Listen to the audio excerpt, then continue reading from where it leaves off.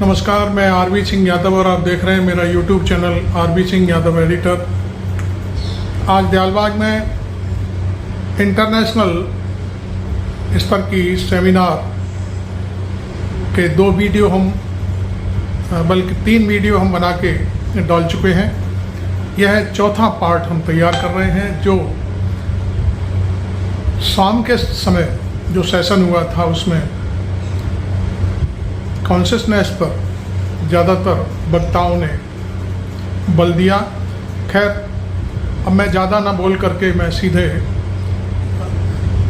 आपको ये वीडियो दिखाता हूँ जिस पर वक्ताओं ने अपनी बात रखी। और इस दौरान परम श्रद्धेय गुरु महाराज PS सत्संगी साहब, ममतामयी रानी साहिबा इस मौके पर इस सेमिनार में आज ही के दिन दूसरी बार सेमिनार हॉल पहुँचे और सबको बड़े कायदे से सुना, समझा और उसके बाद फिर ये सेशन संपन्न हुआ। और आप इसको वीडियो को देखिए। आपने चैनल अभी तक सब्सक्राइब नहीं किया तो ज़रूर कर लें। और ये कॉन्फ्रेंस शायद 3 दिन चलेगी और मैं लगातार इस कॉन्फ्रेंस को कवर करूँगा और आपके सामने ये सारी चीज़ें रोज़ाना लाता रहूँगा। तो आज हमने सेशन 3 हुए, लेकिन चौथा सेशन हमने खुद बनाया और ये कोशिश करी कि लोगों को पता चले कि दयालबाग की वे ऑफ लाइफ कभी रुकती नहीं। चाहे कितना भी बड़ा कार्यक्रम दयालबाग में होता रहे, जो कार्यक्रम नियत हैं, जो गुरु महाराज को जहाँ जाना होता है वहाँ जाना होता है, जहाँ पर पब्लिक को दर्शन देने होते हैं वो भी होते हैं, और अन्य चीज़ें बच्चों के जो कार्यक्रम हैं, जो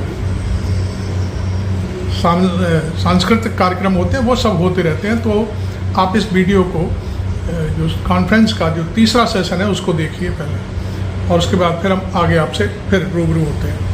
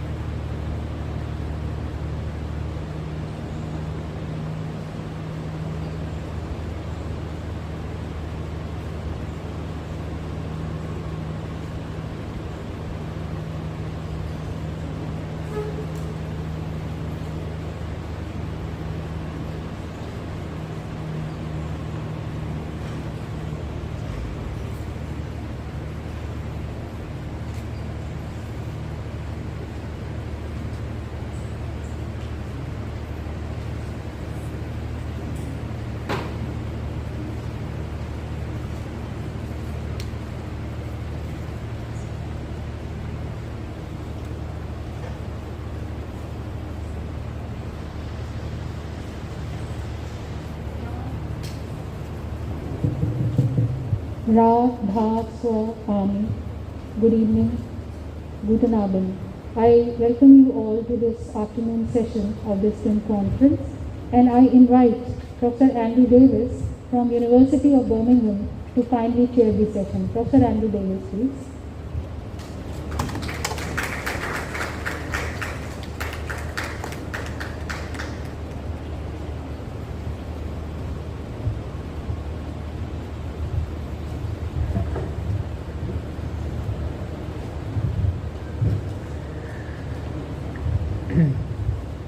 Good afternoon, good evening, good morning, depending wherever you are in the world. It is a very great pleasure to welcome you to this afternoon session with Professor Satsangi Ji.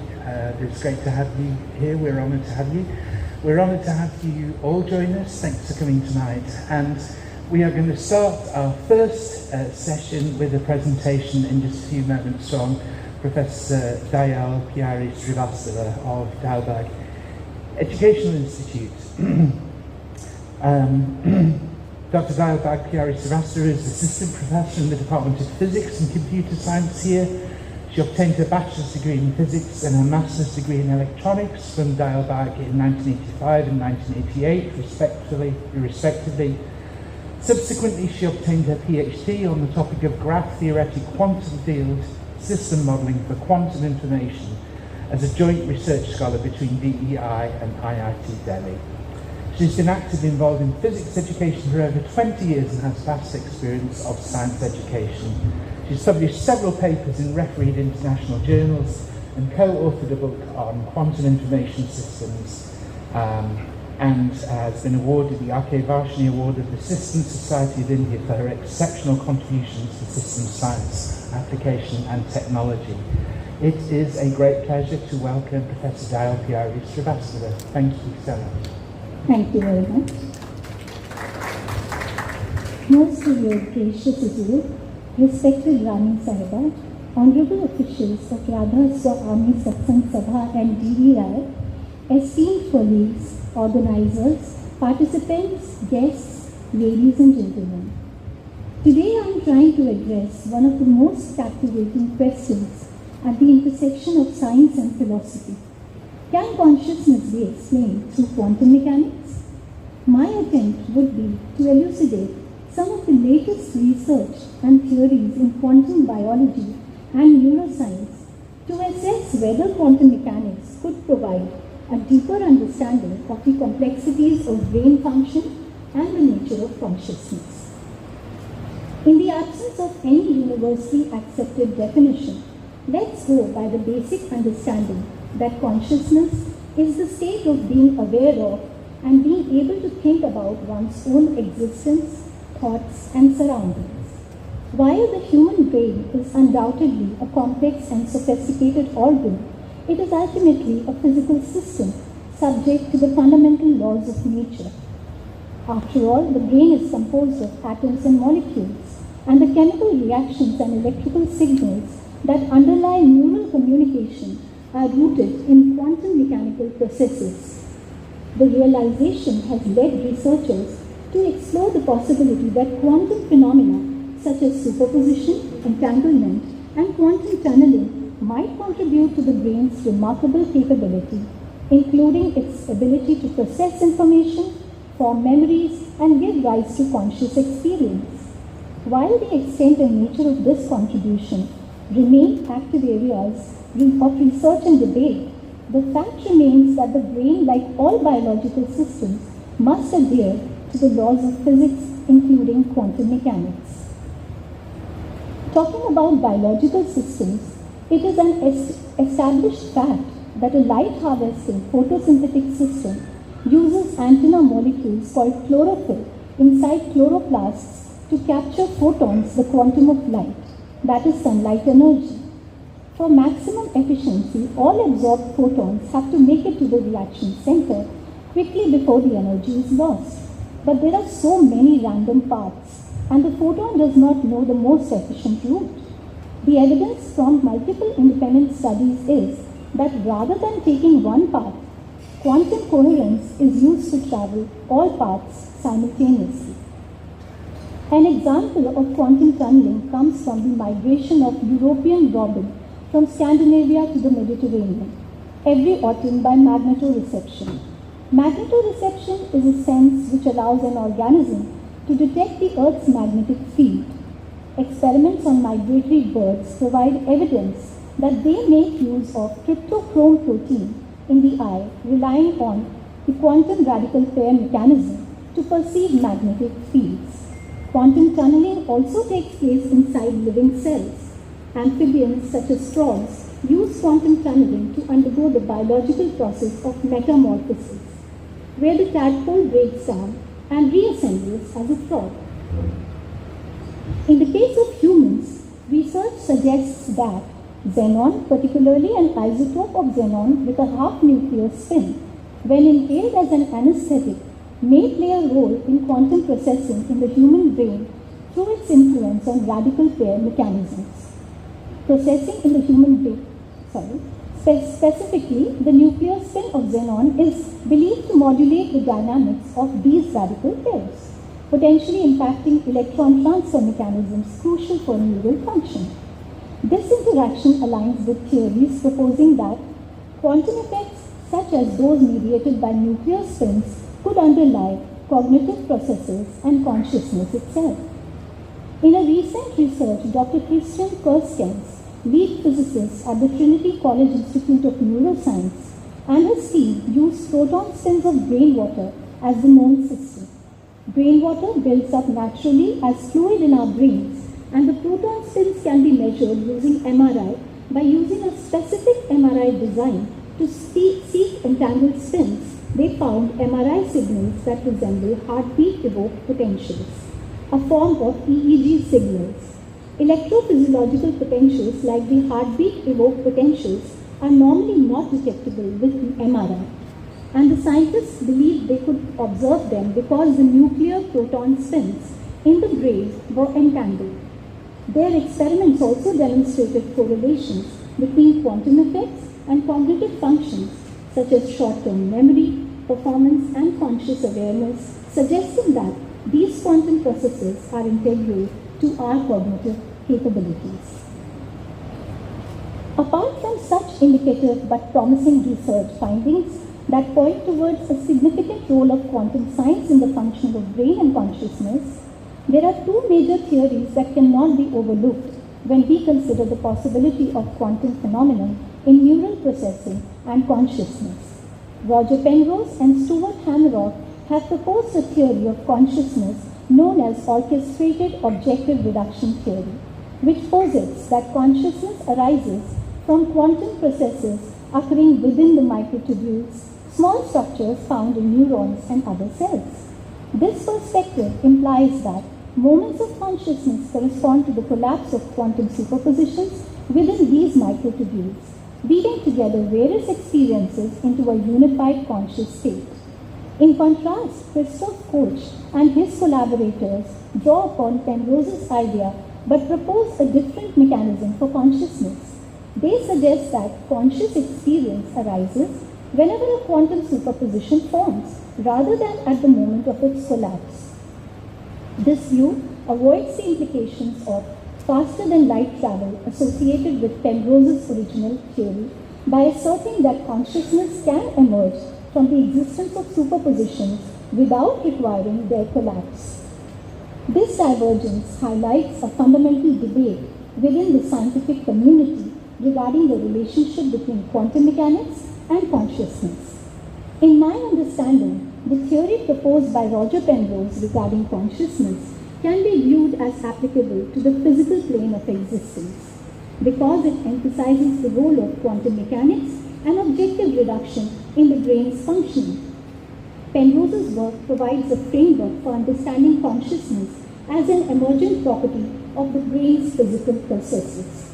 In contrast, Christoph Koch's approach can be applied to the spiritual plane, focusing on the experiential aspects of consciousness that transcend mere physical interactions. Thus, while Penrose's theory grounds consciousness in physical processes, Koch's framework invites contemplation of its spiritual significance, allowing both theories to coexist and enrich our understanding of human consciousness across different planes of existence.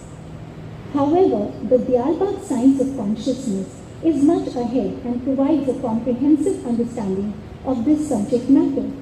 All that is required is a careful reading of the holy books like Discourses on Radha Swami Faith by Param Guru Maharaj Sahab, with supplement by Param Guru Prem Saran Satsangi Sahab, and the Expositions of Truth and Reality by Param Guru Huzur Satsangi Sahab.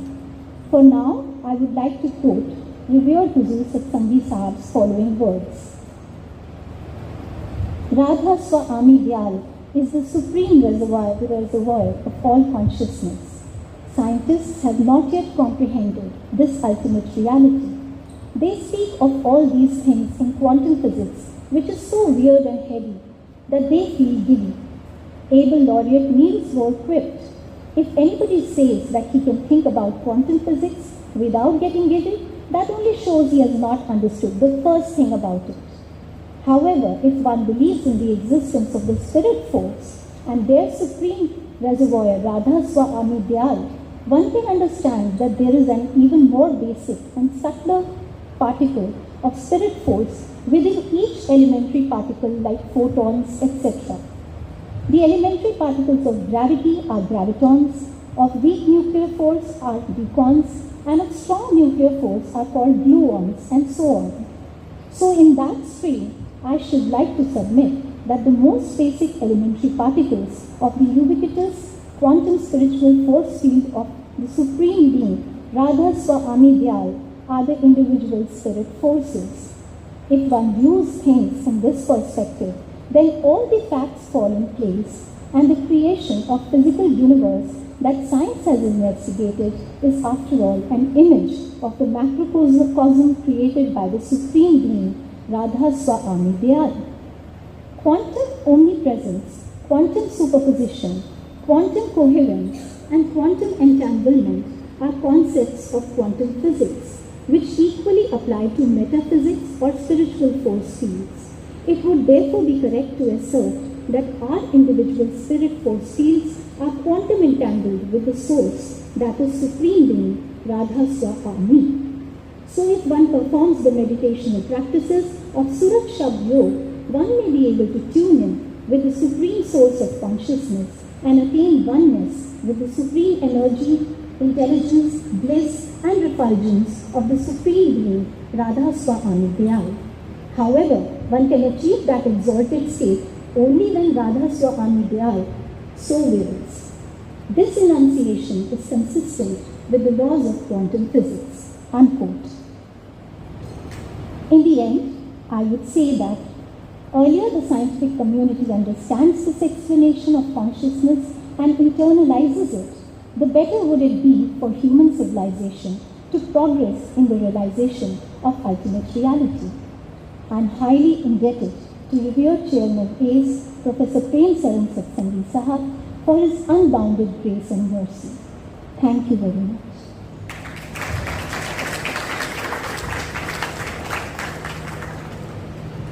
Thank you very much indeed, Professor Srivastava. I do believe we have time for a few questions, if that's okay with you, and if anyone has any questions they'd like to ask.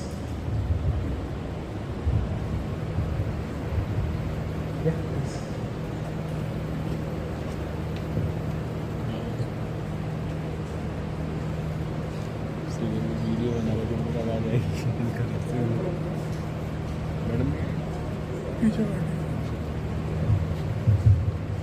Hello, thank you for your inspiring talk.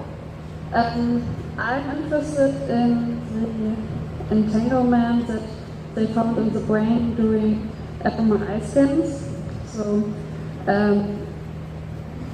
I would be interested in the method, but also how the spatial distribution of the entanglement is. So is it like the entanglement is found in like millimeters or over the whole brain? So do you know something about that? Yeah, definitely.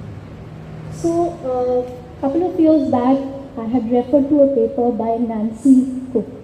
And in that paper, I had seen that she had mentioned about the entanglement that exists in the brain in the form of the tubulin dimers which are present within the microtubules. So basically, she was also inspired by the theory given by Penrose and Hameroff. So she said that there are 5 levels of interaction, neural interaction that exists in the brain between these tubulin dimers. So the first level of interaction is between the tubulin dimers which exists within the microtubule. So in a single microtubule, there are tubulin dimers which interact with each other. Then the second level of interaction is between the tubulin dimers of different microtubules but the same neuron. The third level of interaction is between tubulin dimers belonging to different microtubules of different neurons. Then the fourth level of interaction is between tubulin dimers belonging to different neurons and different regions of the brain which are connected with each other through axonal connectivity. The fifth fifth level of interaction is between tubulin dimers which are existing in different microtubules and different regions which are not connected through any kind of axonal connectivity. So that can only be attributed to entanglement because this is a non-local kind of interaction which is happening. So since this is being shown by these tubulin dimers, so I believe this could be only explained on the basis of entanglement. So, and you found on all those 5 layers correlations? Yeah. Yes. Any more questions?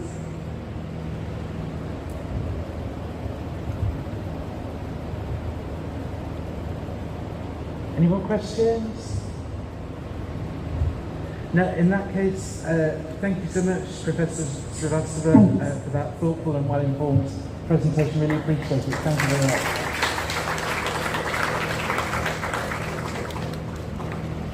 Our second presentation for this session, and it's my very great pleasure to welcome Mrs. Prem Pyari Dayal to the platform for that. Mrs. Prem Pyari Dayal received a BA degree from the University of Delhi in 1980, an MA degree in psychology and BEd from Dayalbag Educational Institute in 1982 and 1984, respectively.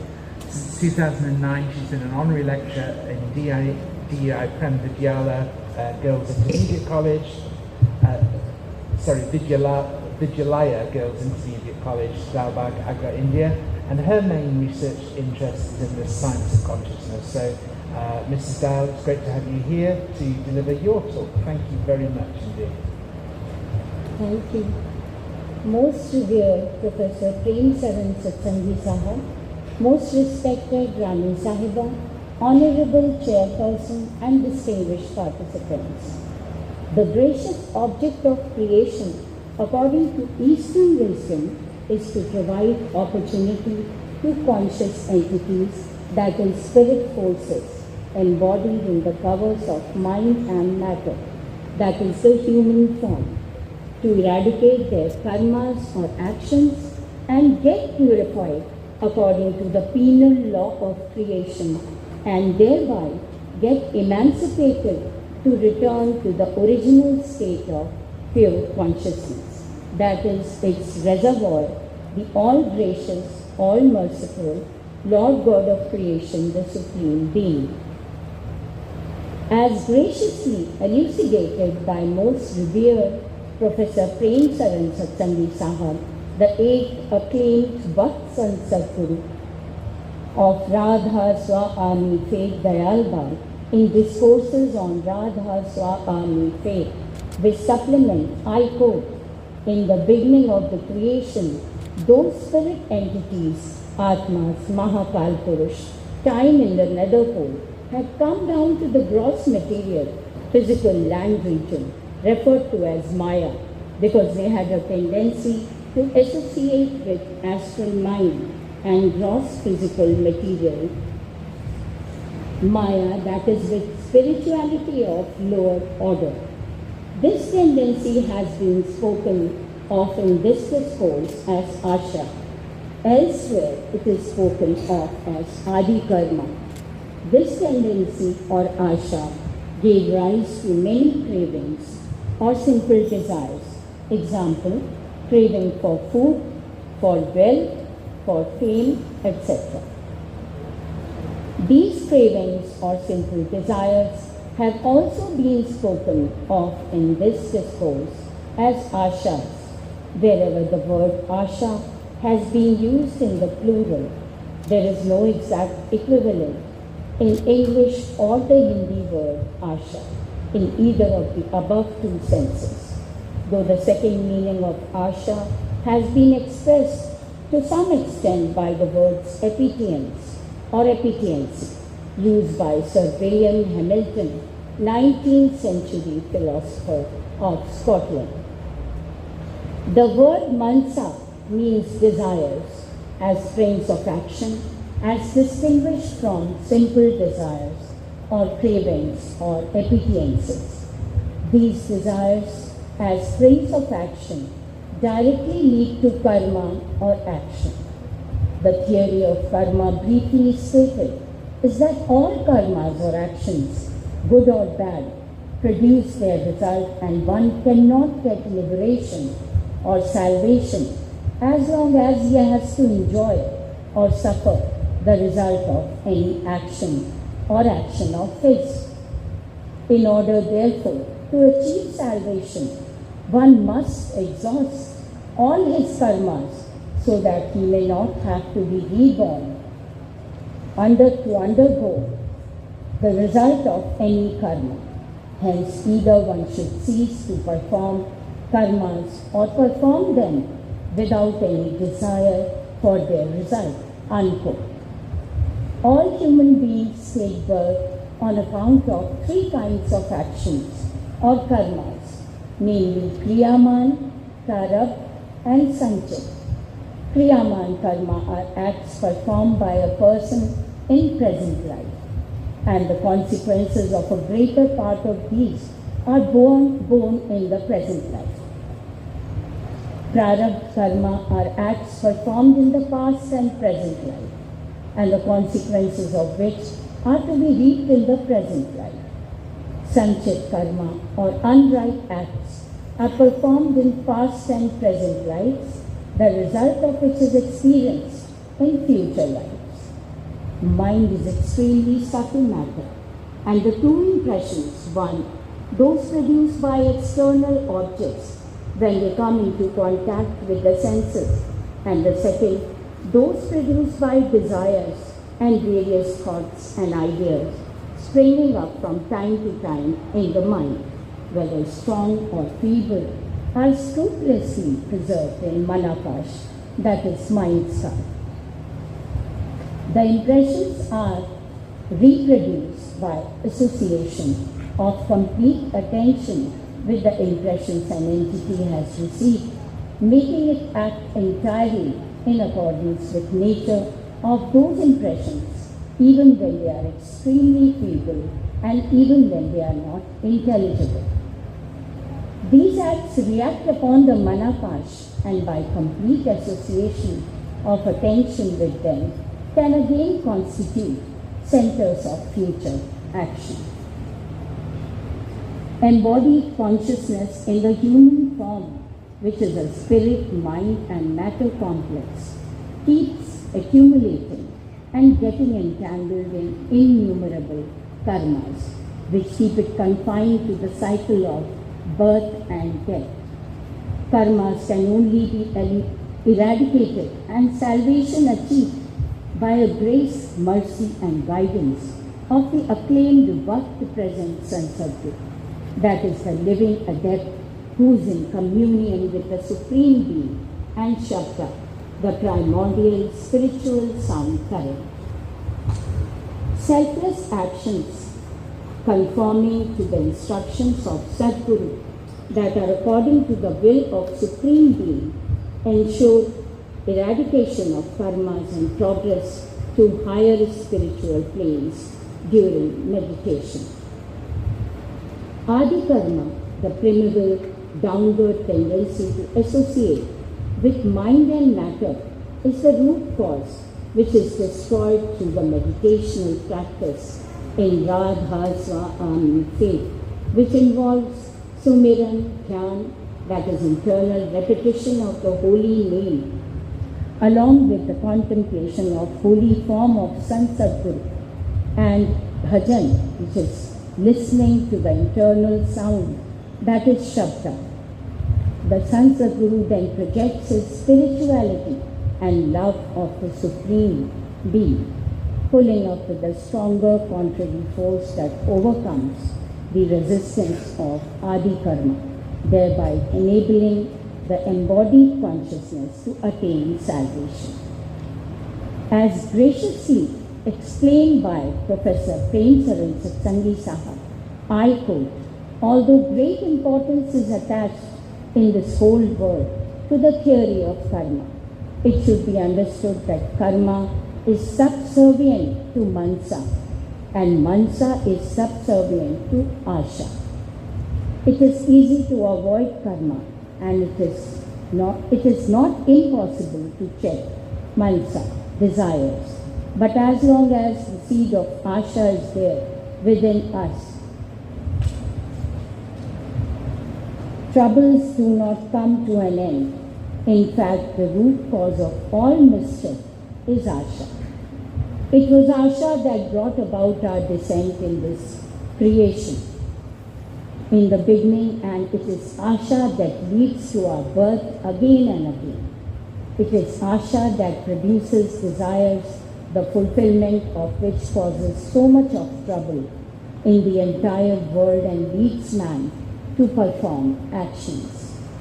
It is therefore necessary for every person to eradicate all ashas lying hidden in the innermost recesses of his mind. As soon as these ashas are eradicated, mansas will automatically lose their force and the impulse of karma will automatically cease. Unquote. In this paper, an attempt has been made to integrate Eastern and Western perspectives to provide a scientific perspective on the dynamics of karmas. Embodied consciousness can be envisaged to be in entanglement with innumerable thoughts, desires, objects and other conscious entities. Good or bad karmas are inherently based on contextuality of judgments and decisions. The context generated by making the first judgment or decision, therefore, interferes with subsequent ones and create future potential. They give rise to propensities, dispositions and qualia that arise out of decision-making history of each unit of consciousness in the universe, which generates its own karmas and affects others. For eradication of karmas and to attain salvation, the first necessary condition is to be in quantum entanglement with the Sansadguru, the pure consciousness, subtler than the mental states of much higher dimension, whose true form is Shabda, the spiritual sound current. This can be achieved by generating love for Sansadguru and following the Bhakti Marg, that is the path of devotion. The second necessary condition is to be non-judgmental, reaching the indeterminate superposition state. And the third, to completely surrender to the Sansadguru, which is saran, that is, to be completely subservient to the interventions of the entangled Sansadguru, who can prompt changes in the appropriate entangled states, resulting in predictable changes in karmas and state of an individual. And the fourth condition is to practice Surat Shabd Yoga, that is ultra-transcendental meditation. Attention is an important cognitive function for conscious perception. Focusing attention on Sansadguru during meditation by subverting all other entanglements enable the Sansadguru to mitigate the effects of karmas, teleport the consciousness of an individual to higher states, beyond those of subtle mind, and helping attain salvation. As graciously explicated by revered Professor Satsangi Sahab, I quote, every jiva should on coming before Lord feel repentant for the karmas that he had done in past, and in future lead his life very cautiously. The ocean of mercy of the Supreme Lord is overflowing. The jiva has now come into that ocean and cannot under any circumstances come out of it. for it is stated in Sar Bachan that Radha Swami chore na jise gahe, which means Radha Swami does not forsake anyone whom he takes in his protection. Unquote. We are in fact extremely blessed with the gracious proclamation made by most revered Professor Satsangi Sahab that we are now in an accelerative and articulative mode and are at a very good stage. All those who get initiated in Radha Swami Fate Dayal Bhag will get liberated in just one birth. To conclude, an attempt has been made to correlate the karma dynamics of consciousness, which happens at extremely subtle levels of the spirit and mind with quantum entanglement that takes place at a subtle level of physical plane.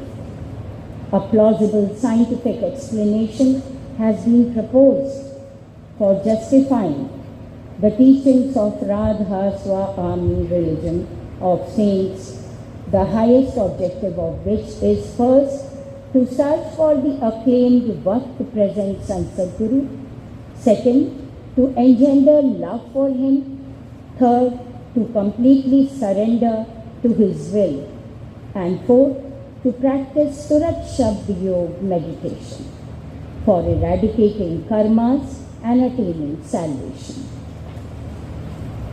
I express my deep gratitude in the lotus feet of most revered Professor Prem Saran Satsangi Sahab, Chairman Advisory Committee on Education, Dayal Bagh Educational Institutions, for gracious inspiration, encouragement and guidance. Thank you very much for your kind attention.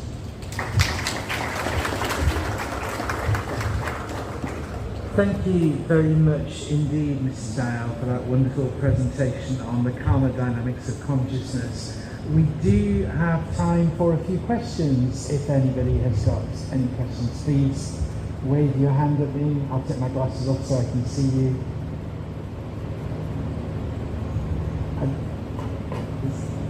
Is that there's a question over there, the lady at the right? Yeah? The microphone is on its way to you now. Thank you. Radha Swami. One of the requirements for getting rid of our karmas is to engender love for the Sant Sadguru, as I have just said. The question is, how? We should practice Surat Shabd Yoga. We should have deep faith in our living present Sant Sadguru. This is how we can develop love towards him. And this is the main thing. We are all suffering from karmas, and we can only get rid of them when he is there to help us and take us across the sea of these vast sea of karmas.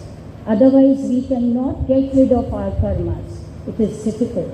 So this is the way how we can have deep love and affection for our Sant Sadguru. Yes, ma'am. Practicing of Surat Shabd Yoga, and as you said, I feel the love comes from him only. Then only we get it. Thank you. Thank you so much. Got time for another question if there is one? Yes, thank you, sir. Radha Swami. In today's age of half-truths, misinformation, and absolute myths and wrong information that is spread, we have all felt it. We have been, impacted by it. How do people, common people, people like us, create that? They have that kind of decision making to not go towards the bad karmas Of course, there's a societal and the community sense of what is bad and what is good, which is taught to us since we are young. But under a lot of misinformation, under a lot of the way the world is completely on its head right now, we see issues around the world, the wars around the world. How do we, as at an individual level, stay on the right path of good karmas? Thank you. It is just when your conscience, inner conscience is clear and you follow the right path.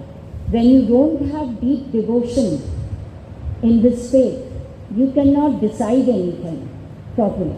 So you have to develop full faith in supreme power. Then only you can do any act properly. Otherwise it is not possible.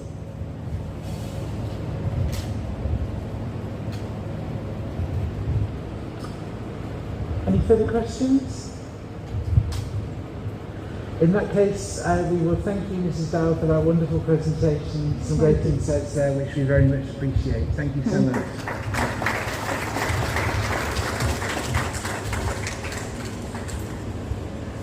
For our final presentation in this session, it's my very great pleasure to welcome Dr. Bani Dal-Dir.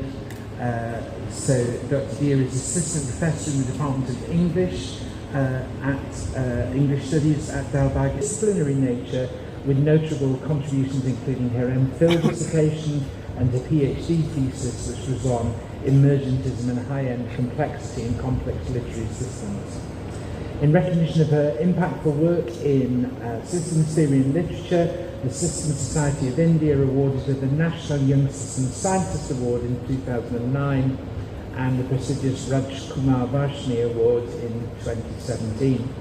She has presented her research at numerous national and international conferences, earning several awards for best papers. As joint coordinator of the Centre for Consciousness Studies at Dalbag from 2011 to 2017, she played a pivotal role in organising the East-West Forum, a platform that bridges Eastern and Western perspectives on consciousness. And in addition to her academic leadership in the consciousness studies arena, she's published widely, and including research papers, non-fiction and poetry. Presently she coordinates Dalbag's Information Communication Neurocognitive Teaching Technologies Assisted Language Lab. It's my very great pleasure to welcome her, and Dr. Dir is going to talk about Toward True Liberation, an analysis of Hazrat Sayyidi Maharaj's play Swarajaya. Thank you very much, Dr. Dir.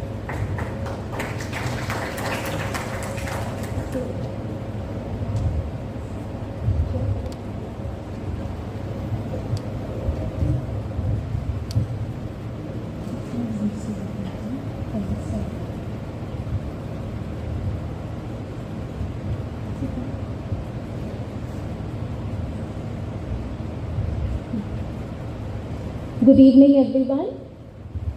If I forget, yet God remembers.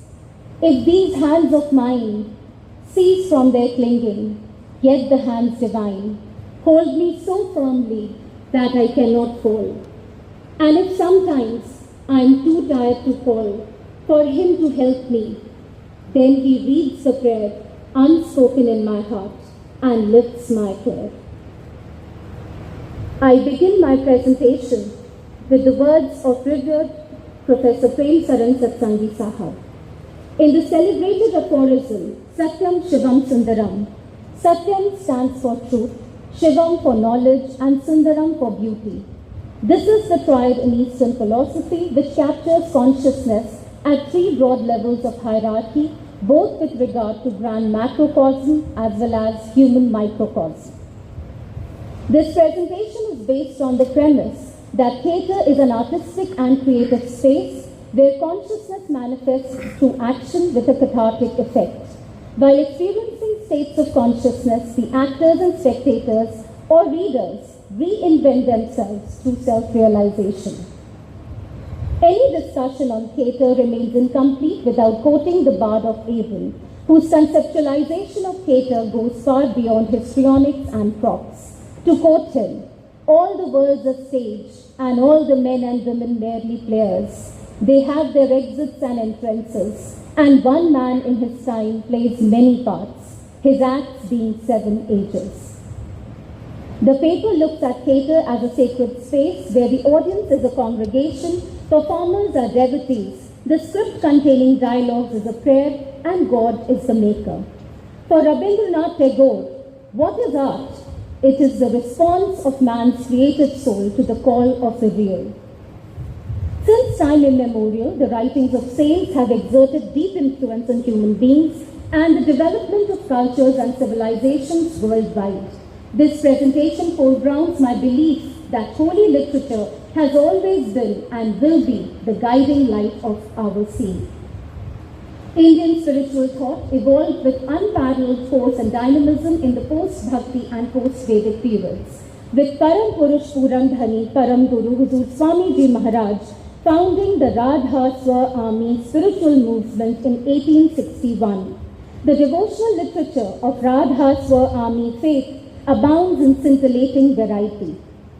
Satyam Shivam Sundaram, the value system, is the foundation of all arts, including literature. Satyam in literature is intuitive and revelatory. This truth transcends sensory perception as it entails inward realization. Shivam in literature is not mere data compilation. Instead, it is the knowledge of what we are and, most importantly, our connection with the divine. Sundaram emanates from Satyam and Shivam. Sundaram in literature goes beyond stylistic creations. It is the beauty of inner realization, the journey of the soul towards higher moral and spiritual worlds. The play Sansar Chakra, comprising 4 acts, is written by His Holiness Huzur Sahib Ji Maharaj, the 5th revered leader of Radha Swa Ami faith and the august founder of Dayal Bagh, the Garden of the Merciful. The play's central theme is Raja Dulare Lal and Rani Indumati's disillusionment with the deceptive ways of the world. Engrossed in the material pleasures of the world, the royal family suddenly confronts the harsh truth that is the transitoriness of life due to the prince's illness and demise. Plunged in grief, the king and queen set out on a pilgrimage to seek peace and to determine whether this world is an illusion or a reality. They go to Kurukshetra and lodge at Pandit Garumukh Das's ashram, whose agents not only try to persuade them to give donations but also try to murder them. Gradually, Raja Dulare Lal realizes their deceptive ways. After leaving Garumukh's ashram, King Dulare Lal and Rani Indumati reach the bank of river Godavari, where they listen to the discourse of Baba Tulsi, who enlightens them on issues of life, world, mortality, death, etc. They meet the king of Pedapuram, who enlightens them about the material world's reality, the workings of the human mind, and how to attain spiritual knowledge. In the end, the enlightened king and queen return to their kingdom. Blessed with a son, they dedicate themselves to serving humanity and spiritual practices.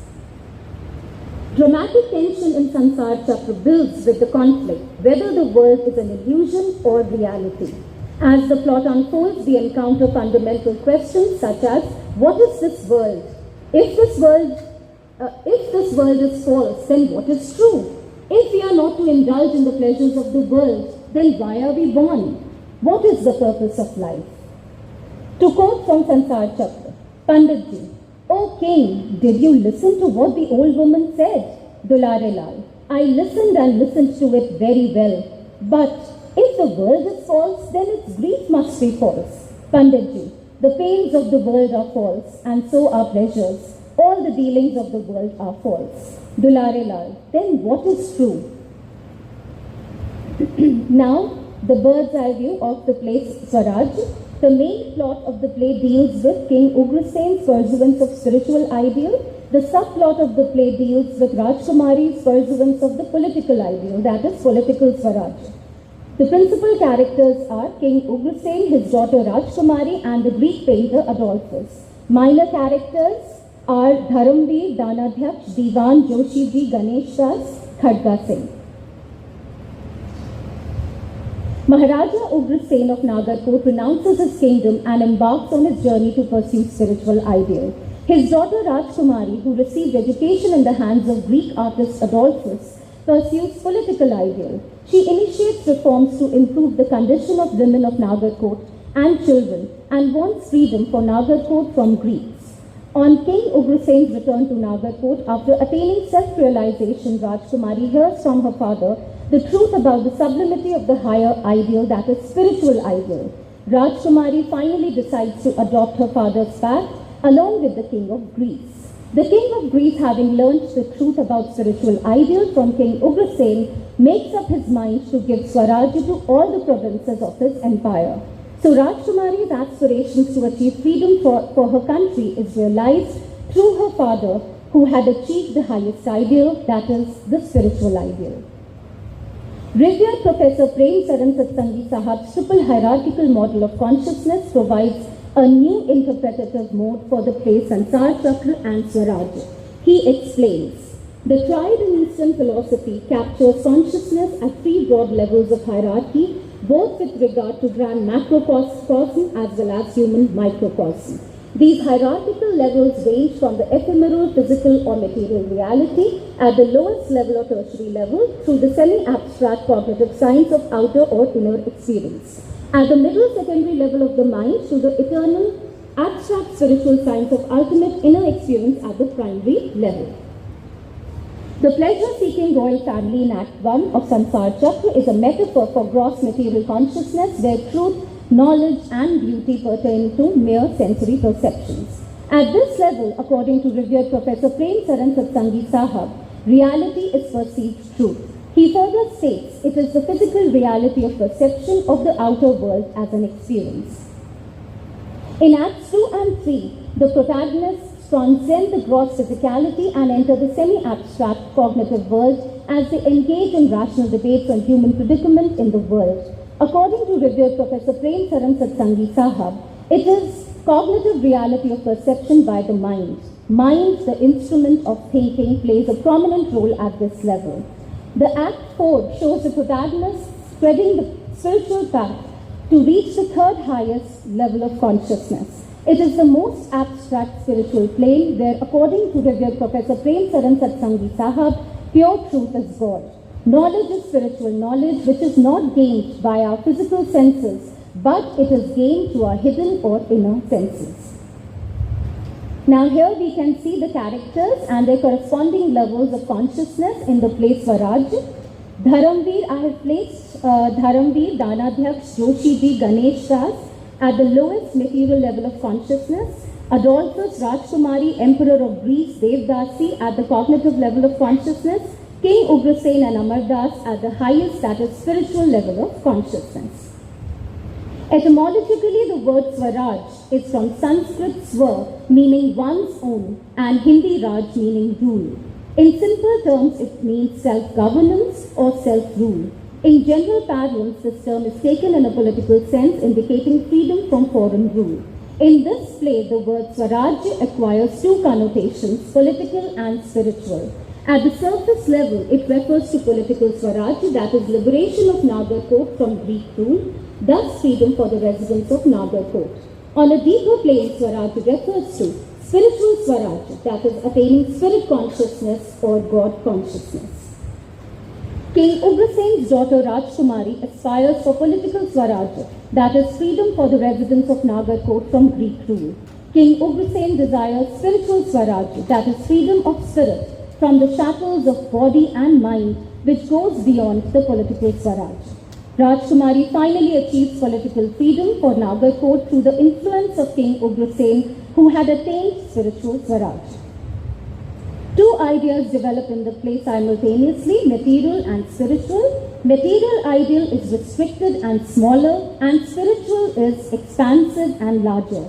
If political Swaraj pertains to physical freedom, spiritual Swaraj goes beyond the material or physical.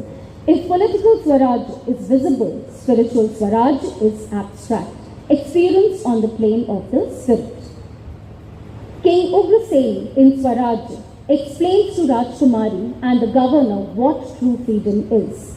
The real meaning of freedom is to gain control or rule over one's own self, and therefore real freedom is received by that person who has control over his mind and senses. and the control over the mind and senses cannot be obtained without rigorous practice. Therefore, the truth is, real freedom is available neither to my country nor to your country. In Swaraj, we have characters who aspire for socio-cultural and spiritual upliftment. On the other hand, we have characters who are hypocritical and deceive ignorant people in the name of religion. The second scene shows hypocrite Joshi Ji deceiving ignorant King Ugrasen to attain God consciousness. King Ugrasen pleads to Joshi Ji, Maharaj, I really desire something really big, but at this moment my only request is that my mind should get peace. As per your instructions, I have been drinking Ganga Jal for 6 months and taking bath in Ganga Ji. At night, I slept on the bank of Ganga Ji. But until now, my mind has neither become pure nor steady. Later, to his utter dismay, King Ugrasen discovers that Joshi Ji is not a spiritually enlightened person. Rather, his primary interest is in increasing his income and profits. In Act 2, Scene 2, King Ugrasen meets several rishis who have gathered under a large banyan tree. The king finds some rishis standing with raised hands, some hanging upside down, some standing on one foot, some sitting in Padmasana. Out of curiosity, King Ugrasen approaches the rishis and inquires, Ugrasen, how can I believe that peace can be gained by torturing the body? Rishi, it is the body that makes the mind unstable. Ugrasen, the body is inert. Rishi, getting angry, what nonsense are you talking? Ugrasen, Maharaj, I will not be able to practice these methods at this age. Rishi, then do not have the hope of steadying your mind in this life. As opposed to renunciation, Radha Swami spiritual philosophy promotes better worldliness. That is neither escapism nor overindulgence in the world. King Dulare Lal doesn't become an enlightened being by relinquishing his kingdom and shirking his duties and responsibilities. He experiences inner bliss when he casts away his worthless attachments and desire for material pleasures, develops devotion to God, and performs selfless service to his community. King Ugrasen spent 16 years visiting pilgrimages and performing rituals, but he couldn't achieve inner tranquility and vision of God. Ugrasen fails to conquer the mind despite relinquishing his kingdom. The play conveys the message that to attain spiritual Swaraj, taming the wavering mind, its desires and attachments is important, which cannot be achieved through a mere mechanical observance of rituals. In Radha Swami spiritual philosophy, the mind is described as an ansh of Kalpurush, which is a reservoir or source of thoughts and impulses, that is desires. Radha Swami philosophy explains that there are 3 elements in the human body. First, the coarse matter of which the physical body is made. Second, the subtle matter of which the human mind is made. And third, the spirit, which is the life and soul of body and responsible for the evolution and development of man's body and mind both. The play has a profound message for all of us who rise and fall with the waves of the world and suffer like King Dulare Lal and Queen Indumati. We all silently affirm what the king says in the end. The world is a world. Let its waves rise and fall. We shall not raise any desire on our part. Let what happens happen, and what doesn't happen not happen. We shall try to save ourselves from the clutches of these waves. Huzur Sahib Ji Maharaj writes, it is very difficult to control the mind.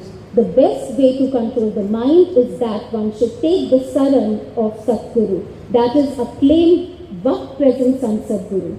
Under the Guru's influence, the mind gives up its fickleness and impurities. The founder of Radha Swami spiritual movement, Param Purush Purandhani Huzur Swami Ji Maharaj writes, have faith in the living Guru, I tell you for your good. The holy feet of the Guru are the place of the pilgrimage, I tell you for your good. Swaraj and Sansar Chakra are relevant in the present context, a world that is ailing physically, emotionally and spiritually. The urgency of the situation begs the question, what will save the planet? The remedy is contained in the holy words of Huzur Sahib Ji Maharaj. If for a moment the inhabitants of Russia, Germany, England and the other countries were to recognize one another as children of one common father, surely there would be no jealousy and distrust amongst them, and there would be no need for most of the munitions and armaments which are now eating up their wealth and energy. This, however, can be possible only when people admit the existence of God and adopt God realization as their ideal of life. I conclude with the words of revered Professor Prem Saran Satsangi Sahab, which resolve all dilemmas and doubts. Who are we? The short answer is that we are spirit entities. We are not mind, we are not body, we are spirit entities. Why are we here? We are here to improve our spirituality.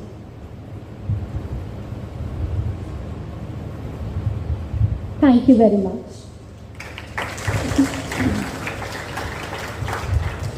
Thank you very much indeed, Dr. Bani Dowdia, for that informational and entertaining and inspirational presentation. Are there any questions to Dr. Dia?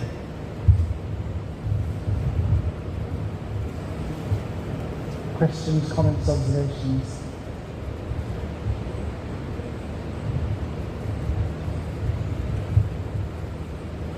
No, in that case, I will relieve you from the podium and let you go, Dr. Bani Dowdia. Thank you very much indeed for that wonderful presentation. Thank you, sir. Thanks a lot.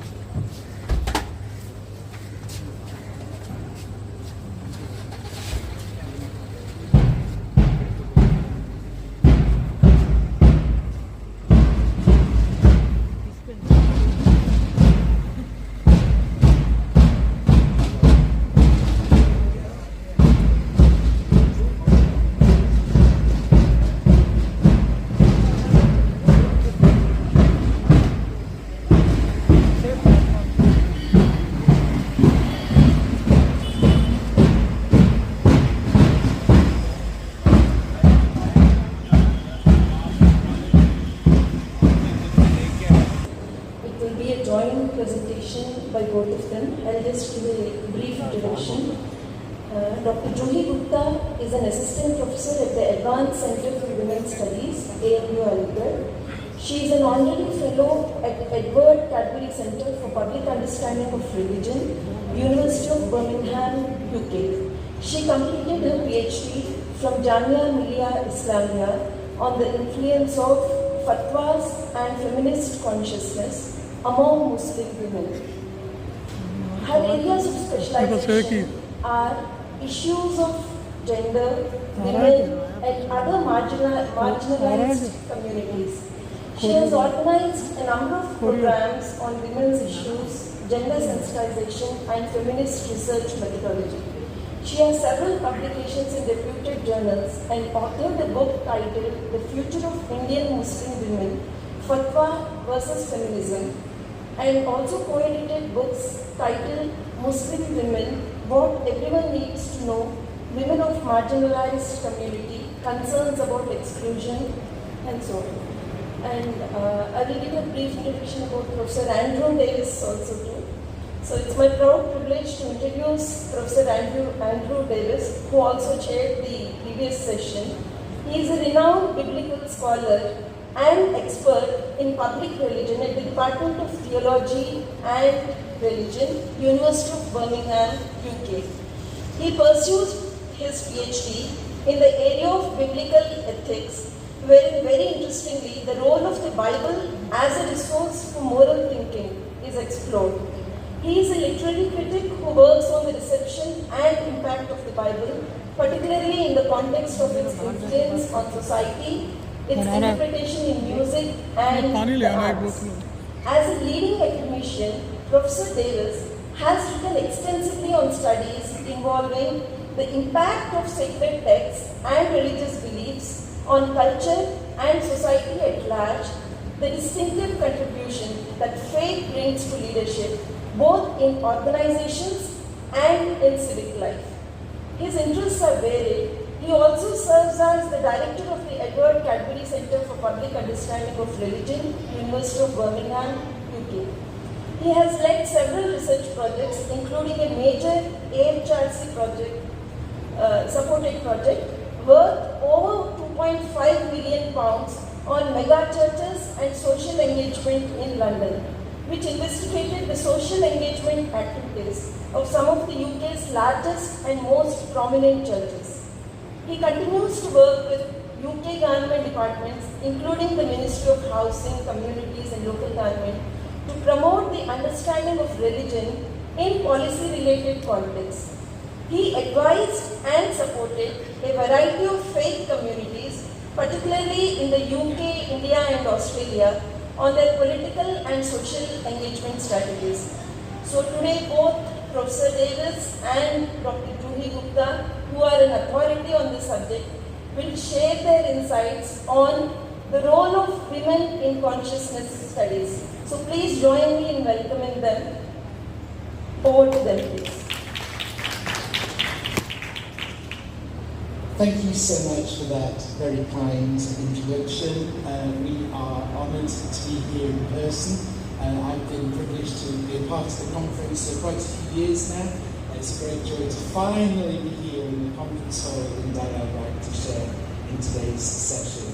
We're going to talk about the role of women in consciousness studies, and Juhi is very kindly going to start it off with the first part by just talking about what women are doing in consciousness studies. Thank you, Dr. Juhi. Thank you, Andrew, and it's an extreme honor and a privilege to have an opportunity to talk to all of you about women's contribution. I'm sure you've been enjoying extremely valuable sessions this morning on consciousness studies. So we thought that we're going to discuss about women's contribution in this area. So human mind is powerful and complex and mysterious, and consciousness studies these days are the most complex and significant areas of studies. Dedicated to uncovering the mysteries of mind, self-awareness, and the intricacies of human cognition. This field is interdisciplinary, including psychology, sociology, neurosciences, cognitive sciences, and even humanities and arts. Such a broad approach reflects the multi-faceted nature of consciousness. The The study of consciousness has its roots in ancient philosophers like Plato and Aristotle who questioned the nature of the mind and its connection to the world. After the emergence of modern sciences, consciousness began to be studied in a more empirical and systematic way. In the 20th century, with the rise of behavioralism and later cognitive science brought consciousness into clearer focus. In recent years, consciousness studies have undergone a revival. Today, the field holds a significant position in academic discourse, supported by specialized journals, conferences, and in fact research centers dedicated to exploring the vast complexities of mind. Despite the progress made in this field, the contribution of women, we believe, has been undervalued or overlooked. This oversight is not unique to only consciousness studies, but it is a broader pattern of gender bias that has historically pervaded many scientific and academic fields. However, women have not only contributed valuable insights and research, but have also brought unique perspectives that have enriched and expanded knowledge. Now, the goal of our paper is to shine a spotlight on the contribution of women to consciousness studies, exploring both their historical and contemporary roles.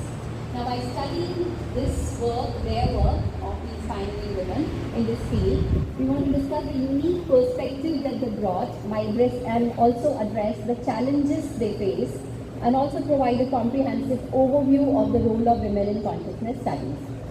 This will also explore how the inclusion of women's perspective can lead to a more holistic and inclusive understanding of consciousness, ultimately benefiting the field as a whole. The history of consciousness studies, like many other academic disciplines, is marked by contribution of women who, despite facing significant barriers, made foundational contribution to this field. These earlier pioneers laid the groundwork for future research and continue to influence the study of consciousness today. Now, one of the earliest, most influential figures in this field of psychology who played a crucial role in consciousness studies was Mary Whitehead Calkins. Calkins was a pioneering psychologist and philosopher who made significant contribution to the understanding of self and consciousness. Despite facing considerable discrimination, for example, she was denied a PhD degree from Harvard because of being a woman. She ultimately ended up being the first female president of both the American Psychological Association and the American Philosophical Association. Her work on the concept of the self as a unified and conscious entity was groundbreaking and laid important foundations for later development in both psychology and philosophy. Another key figure in this early history of consciousness studies is Christine Ladd Franklin. She was a logician and psychologist who made significant contribution to the study of color vision. Ladd Franklin's theory of color vision, developed in the late 19th century, provided one of the first comprehensive models for understanding how the brain processes colors. Her work was instrumental in bridging the gap between psychology and neuroscience, highlighting the importance of interdisciplinary approach to studying consciousness. Now, beyond their specific contribution to the field, both Calkins and Ladd Franklin also played a crucial role in challenging the gender stereotypes in their time. So their success in the male-dominated academic world helped to open doors for future generations of women, ensuring that their voices and their perspectives would continue to shape the field. In the 21st century, women continue to make significant contribution to the consciousness study, building on the foundations laid by their predecessors. Today, female scholars are at the forefront of research in various subfields of consciousness studies, from neurophenomenology and cognitive science to the philosophy of mind and also artificial intelligence. One prominent figure in contemporary consciousness studies is Patricia Churchland, who's a Canadian-American philosopher and a neuroscientist whose work has been instrumental in bridging the gap between neuroscience and philosophy. Churchland's research focuses on the biological basis of consciousness, exploring how brain processes give rise to subjective experiences. Exploring challenged and her views challenge the traditional dualist views of consciousness, advocating instead for a more integrated understanding of mind and body. Churchland's contribution has been particularly influential in the development of a neurophilosophy. Another key figure in this field is Susan Schneider, a philosopher whose research focuses on the intersection of artificial intelligence, cognitive science, and the philosophy of mind. Schneider's work explored the implications of AI for our understanding of consciousness, particularly in the context of machine consciousness and the potential for artificial minds. Her research raises important ethical and philosophical questions about the nature of consciousness and its relationship to technology, highlighting the need for a more nuanced and interdisciplinary approach to these issues. Next. One of the most exciting development in contemporary consciousness studies is the emergence of neurophenomenology, which is a field that seeks to integrate insights from neuroscience and phenomenology to better understand the relationship between brain processes and subjective experience. Female scholars have been at the forefront of this movement, contributing innovative research that has expanded our understanding of consciousness. Natty Depraz, a philosopher and phenomenologist, is one of the leading figures in neurophenomenology. Depraz's work focuses on the embodied nature of consciousness, exploring how our bodily experiences shape our subjective experiences and perspectives. Her research emphasizes the importance of first-person perspective in understanding consciousness, challenging the more reductive approach that has traditionally dominated the field. By integrating phenomenological insights with empirical research, Depraz has helped to develop a more holistic and nuanced approach to studying consciousness. In the field of cognitive science, women have also made significant contributions to our understanding of consciousness. And our next contributor, Elizabeth Stelke, who is a cognitive psychologist, has conducted pioneering research on the development of consciousness in infant and young children. Her work has revealed important insights into how consciousness and self-awareness develop over time, shedding light on the cognitive process that underpin our conscious experiences. Stelke's research has also challenged traditional assumptions about the nature of consciousness, suggesting that even very young children possess a rudimentary form of self-awareness. In addition to neurophenomenology and cognitive science, women are making important contributions to consciousness studies in other fields as well. For example, in the field of artificial intelligence, researchers like Rosalind Picard are exploring the development of emotional and social AI systems, raising important questions about the nature of machine consciousness and its implications for human society. Picard's work has been instrumental in developing the field of affective computing, which seeks to create AI systems that can recognize and respond to human emotions. Her research highlights the importance of considering the emotional and relational dimensions of consciousness, particularly as we move toward an increasingly AI-driven world. She is also very famously known for her deeply committed nature for her religious faith. Another area where women are making significant contribution is in the study of consciousness in non-human animals. Researchers like Laurie Marino have conducted groundbreaking research on the cognitive ability of dolphins and cetaceans, revealing that these animals possess a level of self-awareness that is comparable to that of humans. Marino's work has important implications for our understanding of consciousness, challenging the traditional human-centric view and suggesting that consciousness may be more widespread in the animal kingdom than previously thought. And one of the most significant challenges faced by women in consciousness studies is that gender bias, which manifests in various ways, not always overt discrimination, sometimes in the much more subtle forms of bias.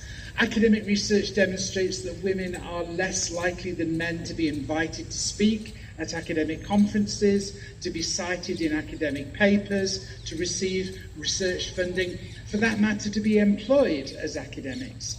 And those disparities can have a significant impact on women's careers, limiting their visibility and influence in the field. As well as gender bias, there are further challenges in terms of underrepresentation. Despite the increasing number of women entering the field, they do remain underrepresented in senior academic positions such as tenured faculty or leadership roles. Let me give you the example of psychology, for instance. In psychology worldwide, 78% of undergraduate students are female, 71% of graduate students are female, but there is what is sometimes called a leaky pipeline. At every stage of career progression, then women lose that majority. So there was a recent 2019 New York Times article that looked at the 100 most famous psychologists working today, and it only identified 25 women. Not from a sense of pity, not from a sense of tokenism, but recognition of the distinctive experience that women have. That visibility gap needs to be addressed. There are, of course, efforts to promote work-life balance and family-friendly policies, which are particular studies, but actually ultimately benefit everyone, and everyone gains from the introduction of those processes. So actually here in this whole field of how we recognise and recruit and further women's careers, actually an understanding of consciousness can, I think, make a really positive contribution. The need for that critically reflective pause before action is really important. I've argued elsewhere, including at this conference, for the need for slow leadership, that conscious awareness of one's wider context in the world, an appreciation of the implications of the decisions we make. We need to learn to situate and centre ourselves before we make decisions and not be guided by prejudice. We need to know our starting point if we are to navigate successfully to our destination. And one specific way that being conscious of your environment and context is especially important is the way that we lead and support emerging leaders in our disciplinary field. And here, in addition to their contributions to research, women are also playing an increasingly important role as mentors and leaders in this field. As more women achieve senior positions in academia, they have the opportunity for shaping the future of the field. And mentorship is particularly important for supporting women in consciousness studies to help them address the challenges of gender bias and underrepresentation. It's important to have female mentors, whether you are male or female, and it's also important to, whether you are male or female, mentor emerging female scholars as well. In addition to mentoring, women are also taking on leadership roles in academic institutions, research centres and professional organisations. And as I said already, having women leaders who can advocate for family-friendly policies and practices that support work-life balance, diversity and inclusion doesn't just benefit women, it benefits everybody and creates a more supportive environment for all scholars. So the woman on your screen at the moment is an excellent example of a brilliant woman. This is Baroness Susan Greenfield, a British psychologist who was the first director of the Royal Institution, which is the public engagement with science body in the UK, who was actually removed from her role because of some misogynistic practices. She's an expert on the neuroscience of consciousness. She was the first woman to deliver the Royal Institution Christmas lectures, which have been running on since the days of people like Michael Faraday in Victorian periods and even earlier. So one of the key contributions that women make academically in terms of disciplinary expertise is that emphasis they place on the emotional, relational and social aspect. Traditional approaches to consciousness have often focused on the cognitive and neural mechanisms, but women scholars have often highlighted the importance of considering the broader context in which consciousness operates. So, for example, we heard from Jihi about the psychologist and ethicist Carol Gilligan. She's known for her research on moral development and the ethics of care. And fundamentally, Gilligan's argument is that models of ethics, models of how we go about making moral decisions, have always been very male-focused. They're focused on what's right and wrong, what's the just thing to do in a particular situation. Gilligan suggests that women's morality arises from real-life dilemmas, not hypothetical dilemmas. She came up with a three-stage proposal for a model of moral development that emphasises what she calls the ethics of care, pushing against a more male-dominated, socially justice-focused model. So she argues, first of all, there's the pre-conventional stage, where women are very much focused on the self. They then move into a conventional stage, which a lot of women find themselves stuck in, where women have to focus on their responsibilities to others. And she argues that what we need to move towards is a post-conventional stage, where a woman has learned to see herself and others as interdependent and practice self-care as well as just care for others. Dayalbagh विश्वविद्यालय में आयोजित ये seminar, जिसका तीसरा session था अभी, आपको कैसा लगा ज़रूर अपनी राय व्यक्त करें, और ये वीडियो कैसा लगा इस पर भी अपनी बात कह सकते हैं। अभी आपने इस वीडियो में देखा कई वक्ताओं ने अपनी अपनी बात कही, अपने अपने शोध प्रस्तुत किए। परम श्रद्धेय गुरु महाराज PS ससंगी साहब भी इस सेशन में उपस्थित हुए और उन्होंने बड़े ध्यान से सभी के कार्यक्रमों को देखा और अंत में सभी को अपना स्वाशीष देकर यहाँ से रवाना हुए। दूसरी बात आपको ये और दिखाना चाहेंगे कि